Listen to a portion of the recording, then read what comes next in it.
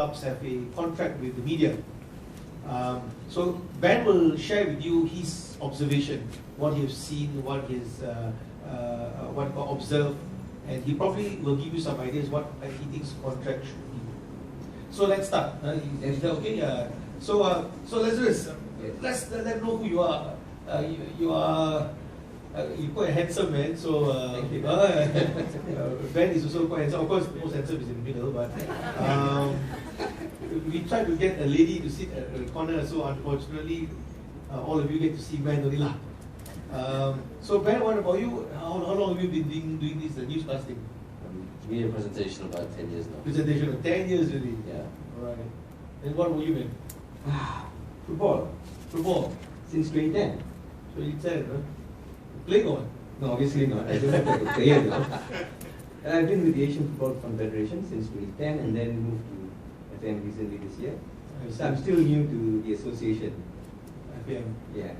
I think FM is still one of the biggest sports associations in Malaysia, isn't it? Obviously, because we have a very popular brand. Yeah. Our product is football. And football is the #1 sports in Malaysia. Yeah. No disrespect to other sports association here, but football sells. In Malaysia. So that is our biggest asset and our advantage as well. Well, better beat the semi-finals on Saturday. Hopefully. Yeah. And, but let's just talking about contracts, right? Our Super League is professional, right? It's a professional, it's fully professional league, isn't it? Yes and no, because when we speak about professionalism, that's another area that requires a lot of discussion as well. Because when we speak about athletes' professionalism and the association's professionalism, it's two different things. So obviously, in terms of professionalism, there's a lot of things that we need to do within the league structure as well. And I believe that the Football Association is moving towards that era where we are looking at professionalizing our league by early as 2016. So there's a lot of work to be done when we speak about professionalism. I see. So those the players who are professional, let's go micro for a while. Professional players. Their contracts, correct me if I'm wrong, in Malaysia, let's look at the football league. We have the right on top is the Super League. Of course. Then secondly is the Premier League. And then the third one are the clubs and so-called third division of football. The players who sign up with the states and the clubs, the contracts, who draft the contracts? Right. The players who are playing in the Super League and Premier League are basically professional players. Now, we are governed by statutes. And our statutes clearly say that only contracts which are drafted by the Football Association of Malaysia is recognized. So to answer your question, the contract is basically prepared, the draft contract, a template rather, is actually prepared by the Football Association of Malaysia. It's a standard contract. So every single player in our Super League and Premier League have the exact same contract? Correct. Except, I suppose, there could be some additional clauses which could be added by the clubs. The clubs are allowed to do that? Yes. So let's say like my friends here who are members of we come in involved and we assist in the drafting of the contract. Will that take place? I mean, for football, can lawyers come in and assist to draft the contract? I would rather leave it to the legal department of the association. Sorry guys, I tried to makan. FPMC cannot. No, because we do actually incorporate a lot of. We do incorporate a lot of provisions which are regulated under national law into our contracts. Because these players are trading their profession in Malaysia, so the Malaysian labour law would actually apply to a large extent. But these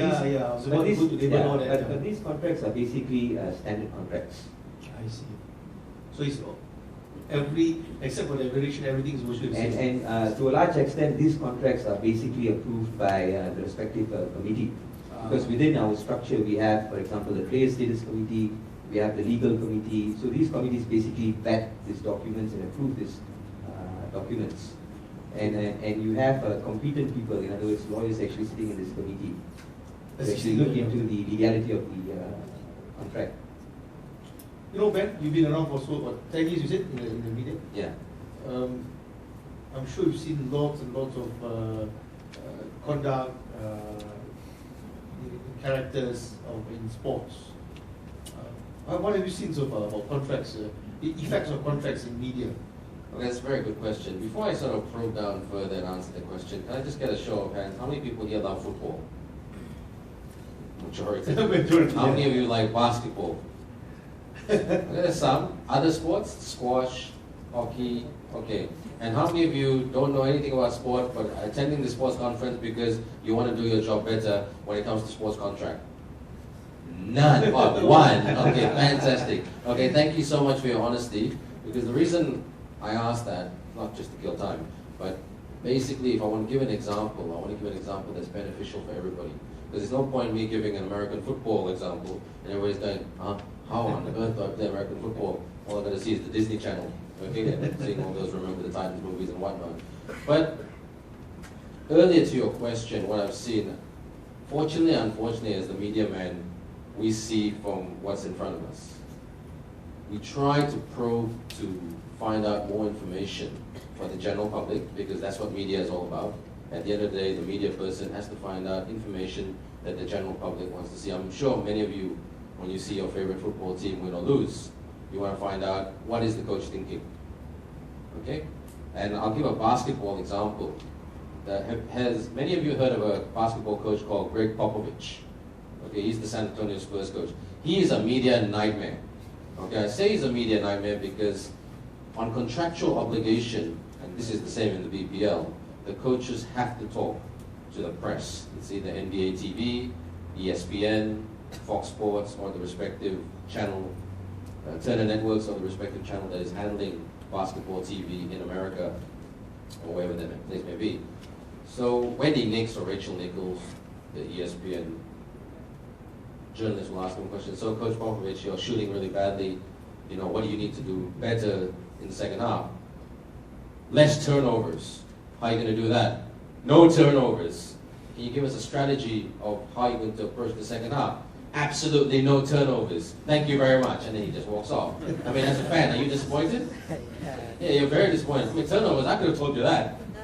You know? So, again, if it wasn't for that contractual obligation that the NBA has set, or the Premier League has set every Saturday and Sunday, that the managers had to talk to the press, you as fans wouldn't get much of anything. You'll just see 22 players on the pitch. And that's what we all want to see.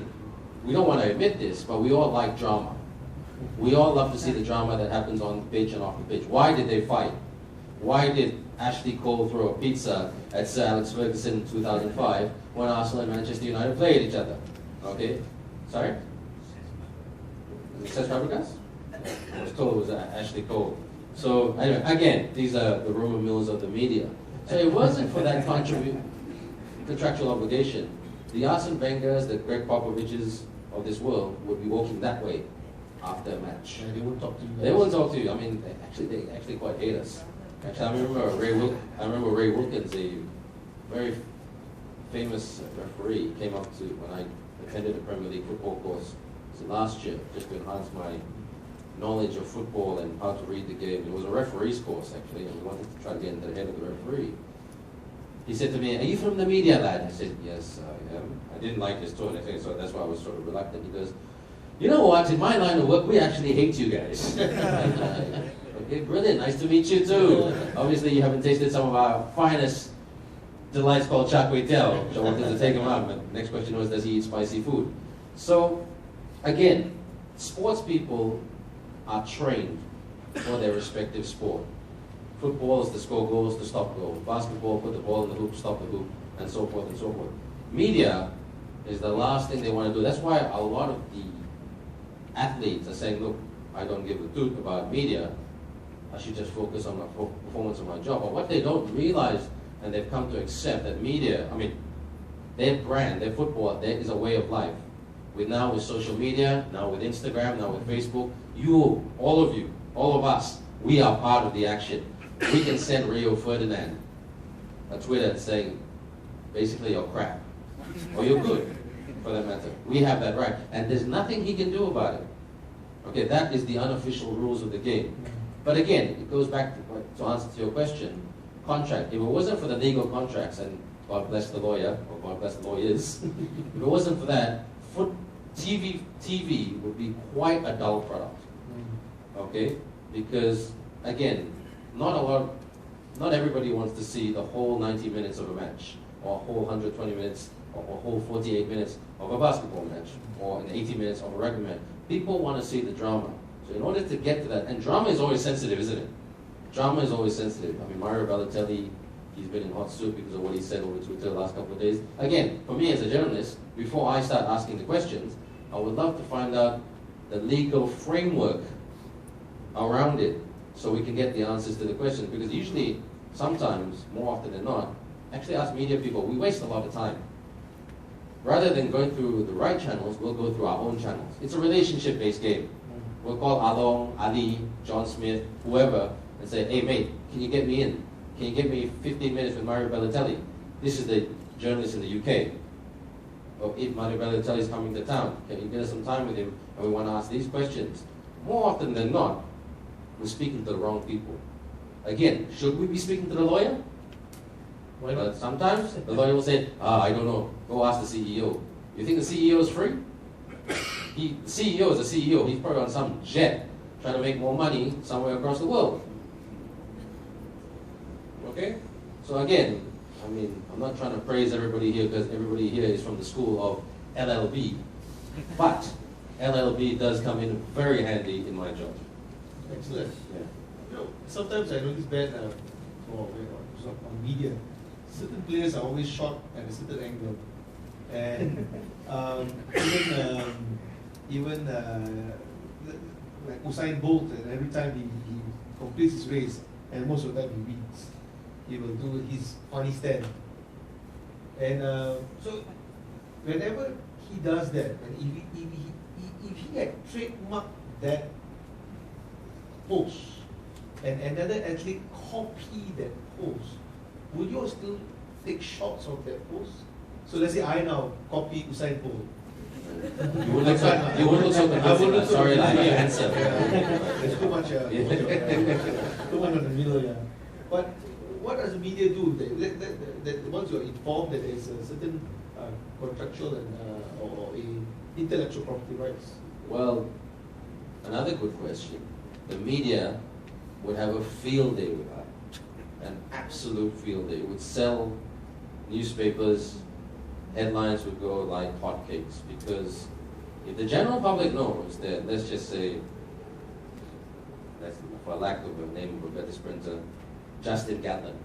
Oh. If Justin Gatlin, for lack of a better example, if he did that, and everybody knows that that is Usain Bolt's trademark sign, up to the sky with all that, and he did that, and everybody knew that nobody else was allowed to do that but Usain Bolt, the media would have a field day with that. And it would start a war. Drama sells. Yeah. This is where us media people are not very nice people at times, unfortunately, when we're doing our job. The job is to sell newspapers, the job is to sell ratings, and so forth and so forth. It's a tough business, everybody. I always say that media is a game of thin margins. If I was an entrepreneur, I would never invest into media, because as they say, media turns billionaires into millionaires. Okay, but that's a different topic for another day. Okay, but interesting. Sell the headlines, create the fights. Sell the headlines, So create you the fights. probably just go on and show it anyway. They show it anyway. I mean, look, the live cameraman Yeah. who's representing Fox or TV3, Media Prima, Astro, he's going to say to himself, man, this is great content. Boom! Yeah. Because the first question he'll be asked by his superiors afterwards, why didn't you get that? Oh, so I was trying to follow the law. What law? I mean, in media, there is no, I would love to see regulations being put into place into media, especially in Malaysia. But every time I sort of bring that up with my respective friends from the Ministry of Multimedia and Communication, they just look at me and laugh, or they go, ha! And then there's just stifled silence for the next 20 minutes. I'm just like, okay, I'm not going to start a fight here, so keep quiet and status quo. Ben, flowing from that, and actually, you can jump in on this. I don't talk about athletes who are now currently going through certain cases and whatever. I think it's not fair. But, like, for example, the infamous Tiger Woods case, or Leo Ferdinand when he skipped the drug test. And Tiger Woods when he, oh cheers, oh so nice, huh? So I can't reach over there. It's okay. So when Tiger Woods went through that infidelity, that was where we saw sports contracts come up, being activated. I believe about half of his sponsors withdrew, and in FAM and in your experience when you deal with other sports, and anybody else said at this point, please jump in, because this is where I think all of us can start getting involved in discussion. Let's all have a panel of 80 of us, for 70, 80 of us here. Let's all start talking now. So Lazarus, when it comes to that kind of clause, does FAM have this kind of morality clause? Be a good boy clause? Obviously we do. It's quite interesting with the Football Association of Malaysia. We do have contracts with our national players. For example, our senior team, our Harimunda A, B, and C. We actually have contracts. So obviously, so FAM have a special contract with the player. Yes, of course. And the player will be signing this over and above the state contracts, club contracts. No, yes, of course. Oh, I see. All right. So, and the interesting part is this morality clause do not appear in the contract itself, but we do actually have a code of conduct where match officials per se, and obviously players are all bound by this code of conduct where we have the do's and the don'ts. And obviously, we had a recent case recently, which I obviously most of you all would know. And surprisingly, he scored the goal. And the next thing you know, the media says smoking hot. You see? So the innuendos that were in place there. But the point is, the association obviously took action. Stern warning was issued to the player. Internal action. Internal action. And that's with the association. Obviously with the clubs have contracts with the players, and in most cases the clubs would have their own code of conduct which regulates the behavior of players.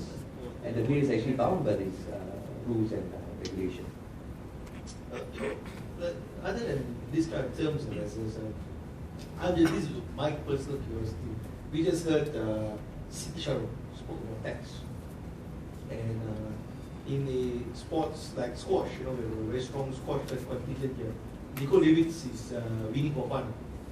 So every tournament she goes and play, she will probably reach the final. And out of 10 finals, she usually wins 7 or 8. She used to win all 10. Now I guess nothing lasts forever, so every player will start going down. Now in football, and I believe there could be people from other team sport association. When the team wins the winnings, and then eventually take the money and share it down with the players. Now, the level of tax, how does it work there? And how would the contract in FAM or in this association be drafted to cater for the kind of tax payments? Okay, number one, I missed that session on the tax. Okay. Outside just now, yeah. Yeah, exactly. I don't think I'll be able to answer the question on tax as to how we draft and that part. But just to go back on the endorsement question. Now, obviously, we do allow our players to have their own endorsements. I mean, that's common. In fact, we don't have any particular regulation to that effect. But obviously, when it comes to the state dealing with their contractual players, the players obviously need to have the consent of the state affairs of the club in order for them to engage into those kind of endorsements. So they still need permission from the club? Obviously, it's more of just consent, and in most cases, it's likely that the clubs would not say no. No. You see, because you must understand that salary for professional players here varies from the rich clubs to the not so rich clubs. So we don't have minimum wage, for example, in Malaysia. So and football is growing, the demands especially, and a lot of players know that. Okay, and probably it's not the same as 10 years ago compared to now, where players are actually demanding for better salary package. That's the point. At that point, Lazarus, this is something interesting. This topic is actually talking about Now we're finally reaching our topic. The equilibrium. Really now? Yeah, just now, just going around. The equilibrium. The idea of having this session was to discuss how to balance the interest between the commercial rights and the players' rights. With respect, I'm just being devil's advocate here. I personally think it's not fair. I think it's not fair to ask the players that if you want to have endorsement, you should ask the permission from the clubs first. But I will concede that the club can do that if the player, when signing the contract, hopefully with bigger and wise, would have then accepted the clause to say, yes, whenever I seek an endorsement, tomorrow I want to be the face of Coca-Cola, I would have to ask the state first. My view, I think, is unfair. And in a way, I think it may even be a breach of human rights, if you ask me. No, but that's not the general practice adopted by all clubs. It depends on individual clubs. Some may require consent, some may not. Oh, so we entirely left it not universal. State FAs and the clubs to actually manage their